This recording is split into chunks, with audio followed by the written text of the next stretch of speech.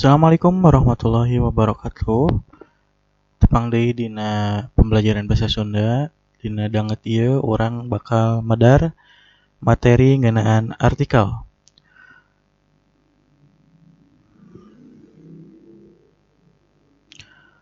Naon atuh anu disebut artikel? Nurutkeun Yayat Sudaryat, artikel teh mangrupa karya tulis anu disusun pikeun ngebrehkeun pamadegan anu nulis kana hiji fakta, data, atawa pamadegan batur dumasar kana runtuyan logika anu tangtu.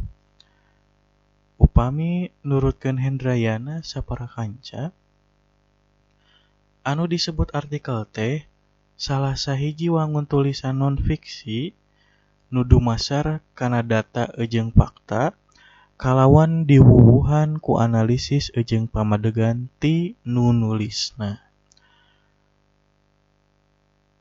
Bedana artikel jeung karangan sejen.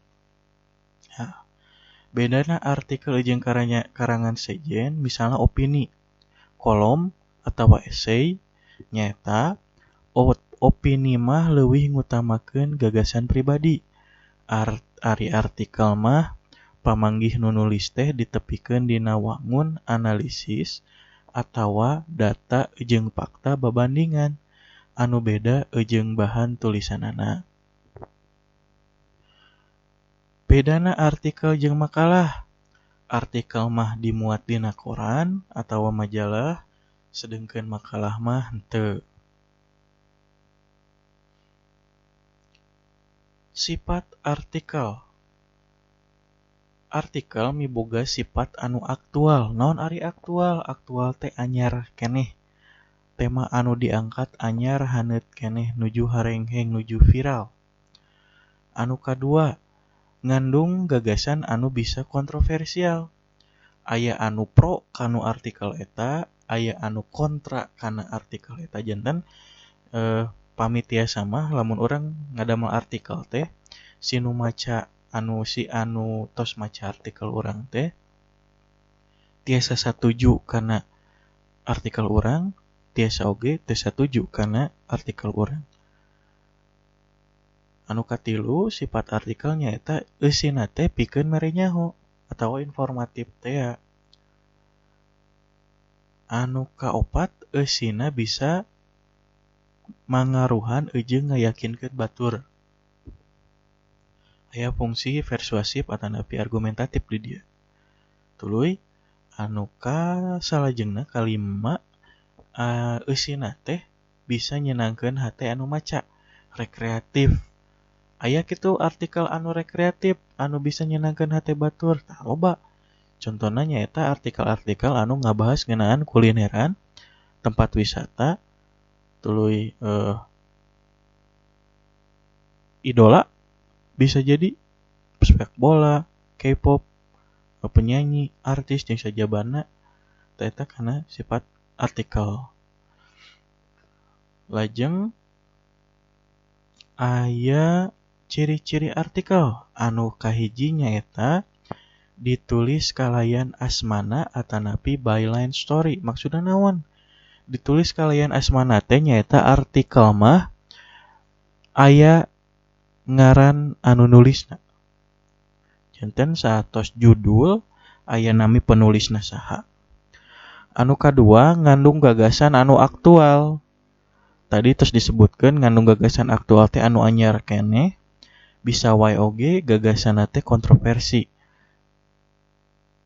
Anu katilu, gagasan atawa ide nu ditepikeun ku urang asalaku nulis teh kudu aya patalina jeung kapentingan masyarakat. Contoh anu nuju haneut temana misal vaksin COVID-19. Nah, cocok keur urang atawa henteu? Tah eta ku urang bisa dijieun artikelna. Eta kudu naon teh ngangge data-data anu bisa dipertanggungjawabkeun. Salajengna artikel teh ditulis make referensi anu miboga visi intelektual. Tah, nulis artikel mah teu siga nuliskeun carpon, teu siga nulis karya nu sejena. Tadi nu artikel mah orang kudu make referensi. No dari referensi teh nyaeta wangun tambahan.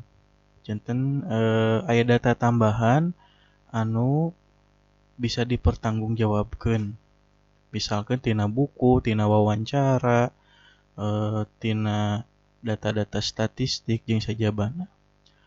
Salajengna ditulis make bahasa anu hirup, hegar, populer, tur komunikatif. Janten bahasana henteu kaku tapi komunikatif.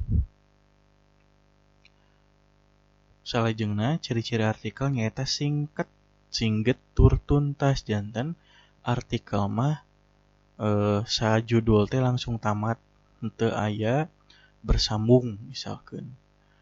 Terakhir nyaeta artikel teh kudu orisinil atanapi asli, ulah plagiat, ulah niron tina artikel batur. Tah, siga kieu ya. Dinu artikel aya judul. Judulna situs megalitik Gunung Padang. Ditulis kalian asmana maksudna ieu aya ngaran anu nulisna nyaeta Dipa Galuh Purba. Janten situs megalitik Gunung Padang teh hiji artikel anu ditulis ku Dipa Galuh Purba. Ngandung gagasan anu kontroversi. Tadi disebutkan situs megalitik Gunung Padang disebut-sebut ku para ahli arkeologi mangrupa situs megalitik pangrohakana di Asia Tenggara. Tah, nyaan ieu teh pangageungna di sa-Asia Tenggara atanapi kumaha? Ya bisa nimbulkeun hal-hal anu kontroversi, bisa anu pro, bisa jadi anu kontra. Lajeng ngandung referensi. Nah, ieu referensi. Teras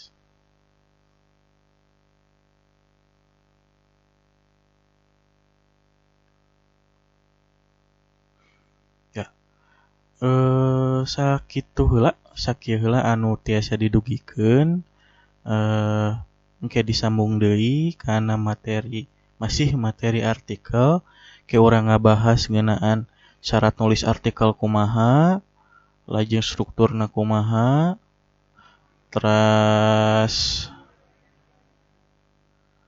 wanda artikelna naon wae, wanda alinea paragrafna kumaha. Nah, sakitu anu kapihatur, wabillahi taufiq wal hidayah. Wassalamualaikum warahmatullahi wabarakatuh.